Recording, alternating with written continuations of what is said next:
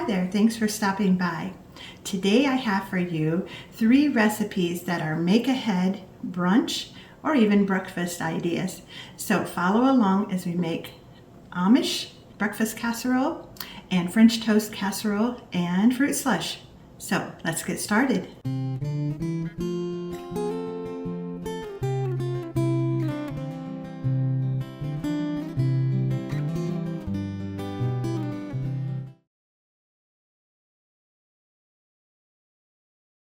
Okay, these are the ingredients that we need. 1 pound of meat. I have bacon that has been cooked and drained. You can use sausage or ham also. And then we need hash browns. I have the southern style, the cubes. You could also use shredded. You can also make your own if you prefer. And then we need onions and peppers, about a ½ cup of each. This potato here has both of those in, so I'm not adding those today, which makes it even a little quicker. And then we need 8 eggs, 2 teaspoons of ground mustard, 2 cups of shredded cheese of your choice, salt and pepper for seasoning, and 1½ cups of milk. So we'll go ahead and get started putting it together.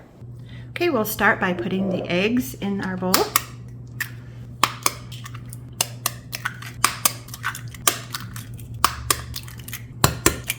I'm going to go ahead and whisk those before I add the other ingredients. Okay, now I'm going to add salt and pepper, about a teaspoon of salt and ½ teaspoon of pepper. 2 teaspoons of ground mustard. I'm not sure why this is called Amish breakfast casserole, but what it was titled in my cookbook, and I've been making it for years. Okay, now I'll go ahead and add our milk and our cheese, our bacon, then our potatoes, and just mix it up until it's all mixed together. This makes a great recipe for holidays too. It's one I typically make when we have company coming. Just put it in the refrigerator the night before, preheat the oven to 350 and pop it in there for about 45 minutes to an hour until it's done. And you have plenty of time to sit around and visit with your guests. I have a 9x13 pan here that has been greased. So we'll go ahead and just dump all that in. And then you'll just want to spread it out, make sure it's kind of even. And then if you're putting it in the refrigerator, go ahead and cover it and bake it for 45 to 60 minutes.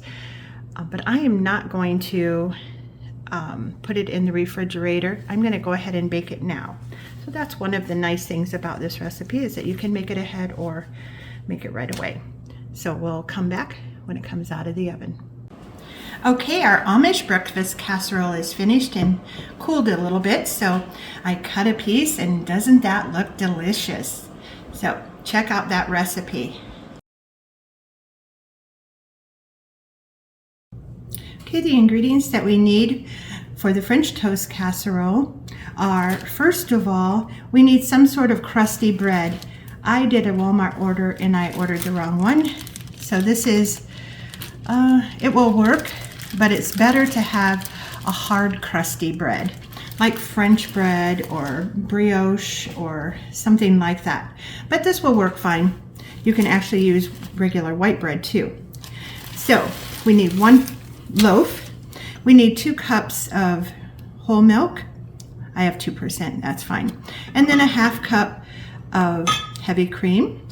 And we need a ½ cup of brown sugar, a ½ cup of granulated sugar, 8 eggs, and 2 teaspoons of vanilla extract. Now, for the topping, we will need 1/2 cup of butter that has been cut into small pieces, 1/2 cup of brown sugar, and 1/2 cup of flour, and about 1/4 teaspoon of salt. So we'll go ahead and get started putting this together. Okay, I'll start by cutting up the bread, and we'll cut it into cubes. You could also just tear it if you wanted to. And then we're going to put it in a buttered 9x13 casserole pan.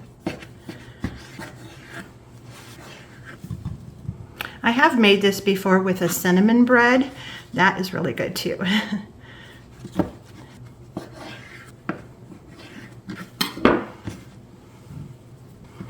It looks like a lot of bread here, but it will be soaked up with all the egg and milk mixture. Now I will whisk together our eggs.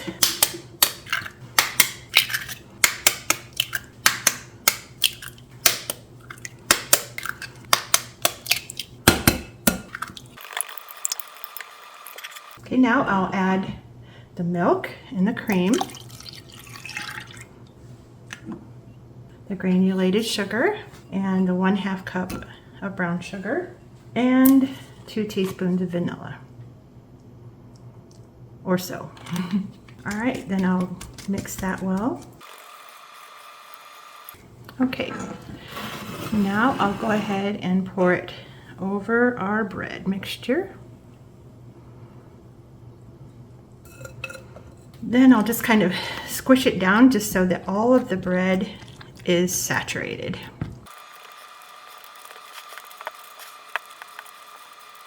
Okay, and if I were going to put it in the refrigerator for the night and then bake it in the morning, I would not put the topping on. I would go ahead and make the topping and then wait until I'm ready to bake it to put the topping on.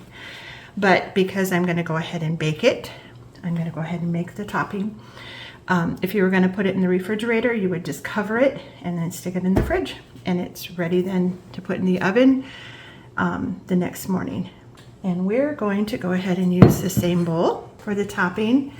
We need our brown sugar, our flour, 1/4 teaspoon of salt.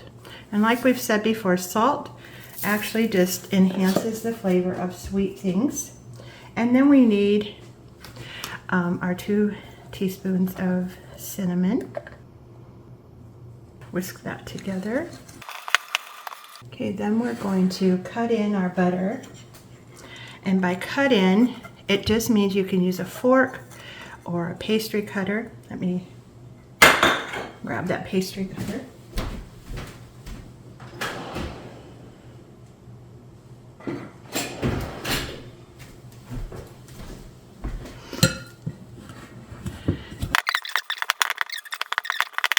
And we're just going to go until we have, small pebble or pea size.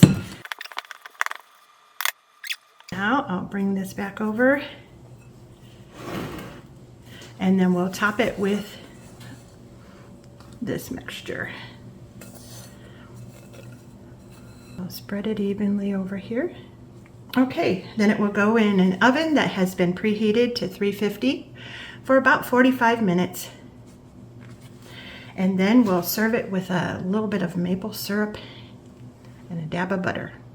Okay, our French toast casserole is finished, and it is still a little bit warm, but we'll go ahead and cut a piece. You can see what it looks like on the inside. This is delicious with fruit on top, or a little bit of whipped cream. I'm going to drizzle a little bit of pure maple syrup on top. Delicious.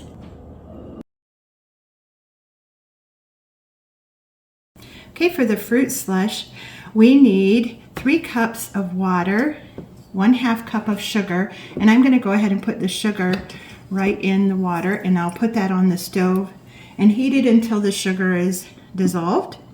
That's about 5 minutes, and then we'll let that cool. We also will need 1 12 or 16 ounce container of frozen orange juice that has been thawed, and then we'll just follow the directions on here, adding 3 containers of water once our other water is cooled.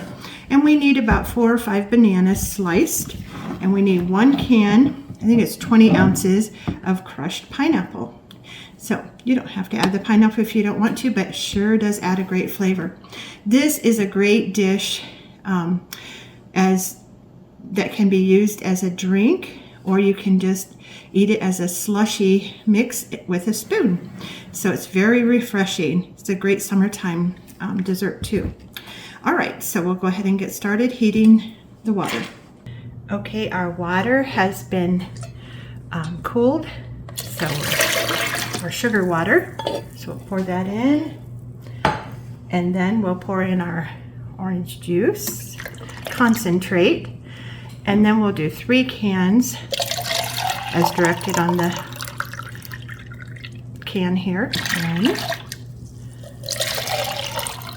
2, 3. Now we'll go ahead and add in our crushed pineapples, juice and all. That would make a great drink just like that. And then we'll add the bananas. You don't want really, really ripe bananas because they're going to go in the freezer. They won't turn really brown like they would if they were on the counter or anything, but they'll just be a little mushy if they're too ripe. Now I'll cover it and pop it in the freezer. When it's frozen or just partially frozen, I'll go ahead and get it out and show you what it looks like. If you do let it freeze completely, you want to just leave it set out on the counter until it's thawed to the consistency that you like. The slushy part is the best. Our fruit slush has been frozen, and I left it sit out on the countertop for a little bit, and then I just chopped the top a little bit with a fork and a knife, and we now have a delicious drink that you can eat with your spoon. You can let it get more slushy if you like. That's how the little ones usually like it. But this is a treat that the little ones like, and the adults do too. So you have got your orange juice, pineapple, and bananas in there. You can actually add other fruit. We have already added like fruit cocktail, and then you get the nice bright cherry in there. So yeah, you can just make it however you like. Add more sugar or less sugar, however you like it. But you're going to want to try this recipe. It's very refreshing. So whether you have overnight guests coming to your home, or you're planning a special brunch or breakfast for those special people in your life, I hope that you'll check out these recipes. They're very tasty. So you'll find the recipe and instructions down below in the description. So check those out. And please like and subscribe to the channel. Make a comment. Tell me which ones you think that you'll try. Or if you've already tried some, if you have a favorite recipe that you'd like to share with me, I would appreciate that. So please come back again. See you soon. Yeah.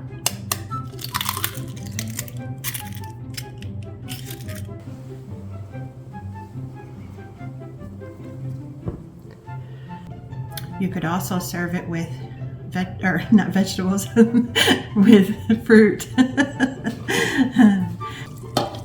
The other part ended up on the counter here. Oh dear. Whoa.